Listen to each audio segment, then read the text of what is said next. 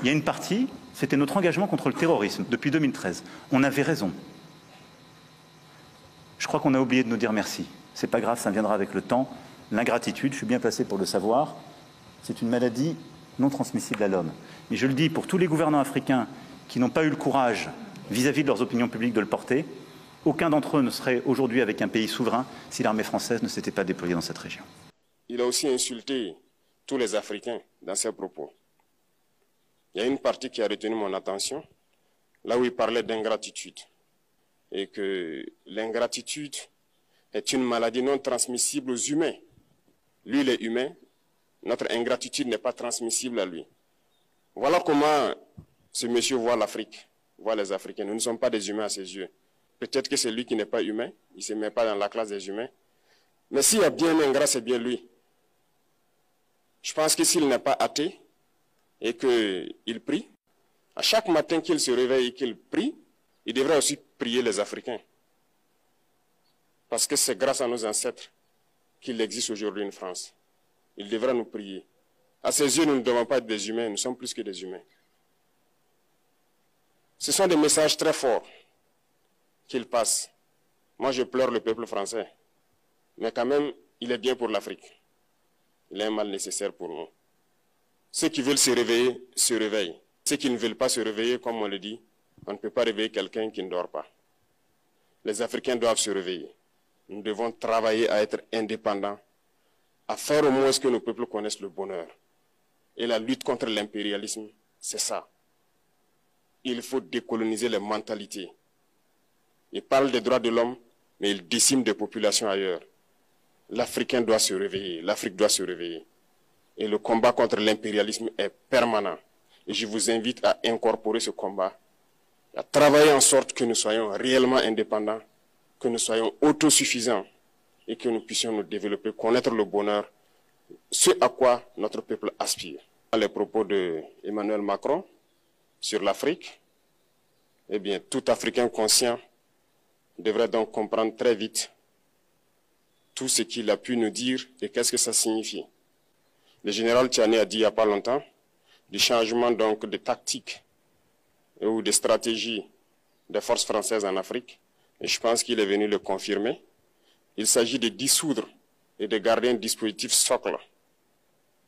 Et Emmanuel Macron l'a si bien dit qu'on ne peut que le remercier pour cette sincérité.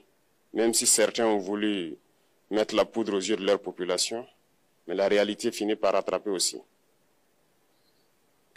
Et donc, cette espèce de combination de faux intellectuels manipulant les réseaux sociaux, utilisant le désarroi d'une jeunesse et les intérêts de la Russie ou d'autres en Afrique, soyons lucides, mais n'y cédons pas. Et donc, dans ce contexte-là, non, la France n'est pas en recul en Afrique. Elle est simplement lucide, elle se réorganise. Ils ne partiront pas de certains pays. Ils ont juste dissous le dispositif. Vous ne les verrez plus dans des bases. Mais dans les ambassades, ils seront là. Ils vont constituer des sociétés de sécurité pour sécuriser leurs sociétés qui existent dans ces pays-là. Mais les soldats seront là. Mais vous ne les verrez plus en tenue ou rassemblés dans des bases. C'est tout ce que ça veut dire. Ils vont se réorganiser, mais seront là.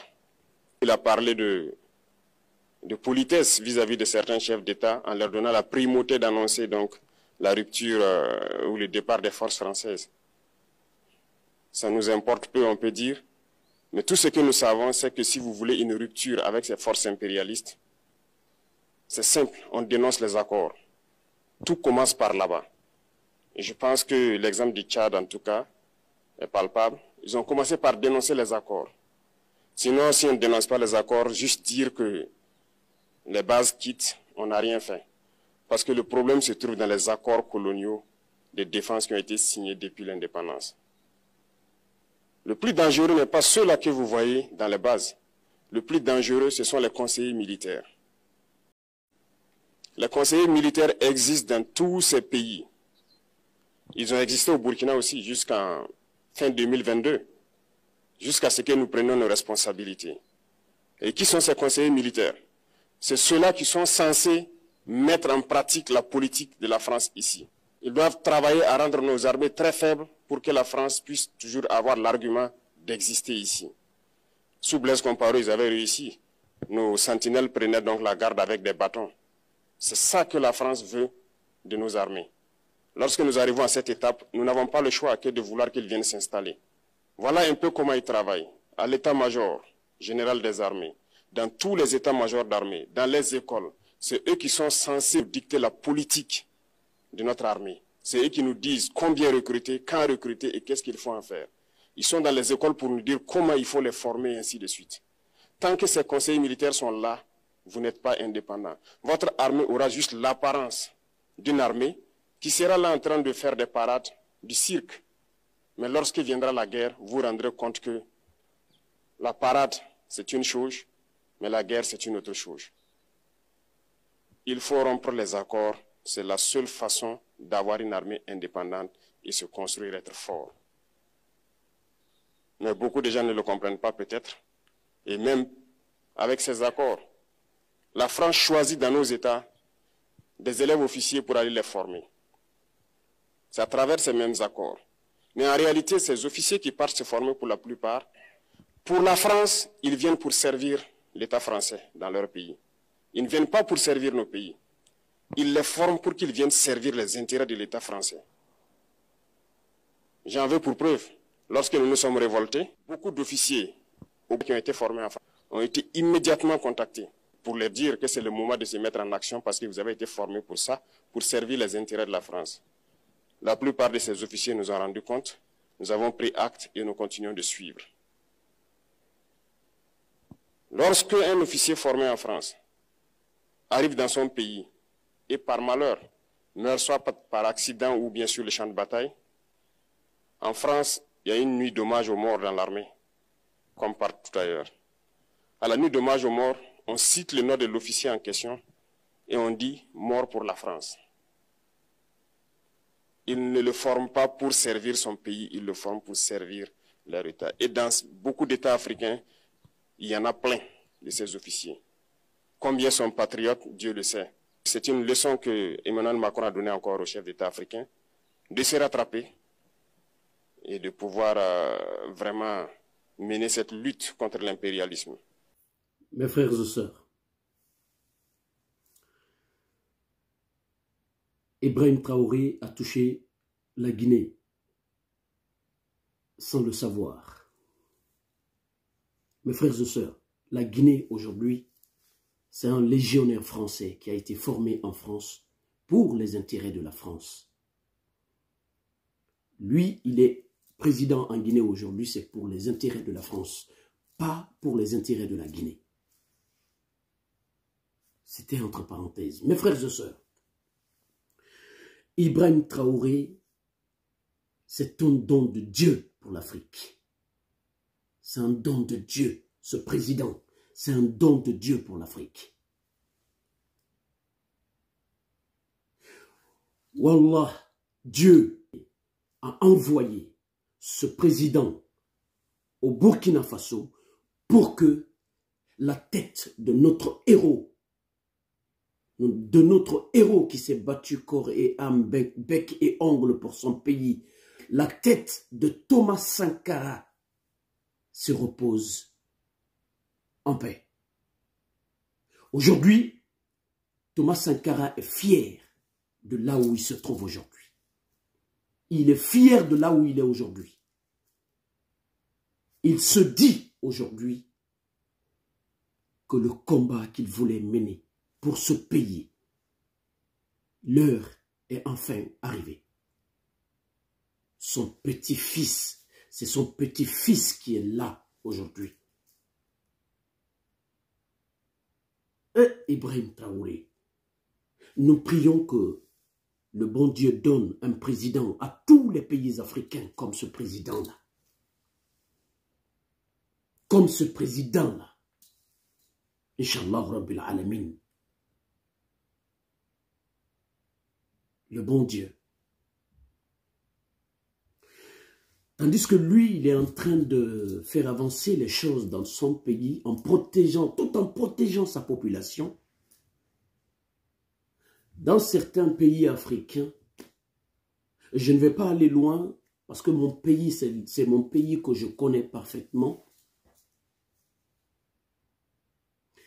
La transition chez moi, le pouvoir militaire, c'est la raison du plus fort.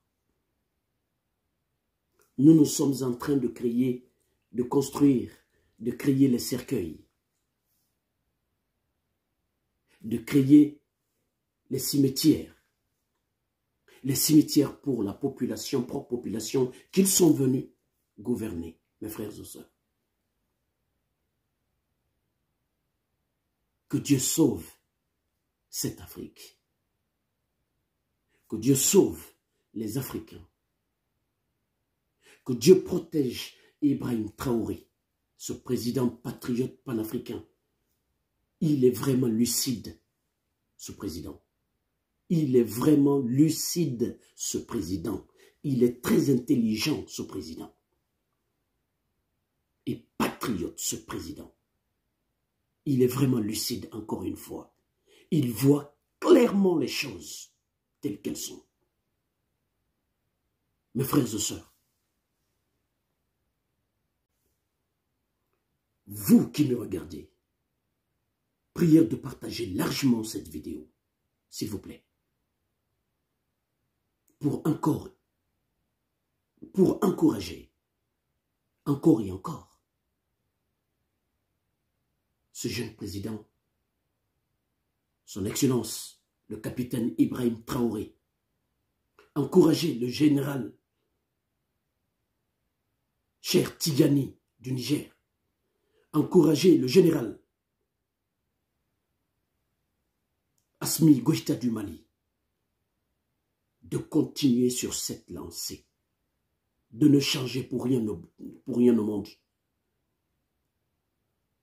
Et aussi donner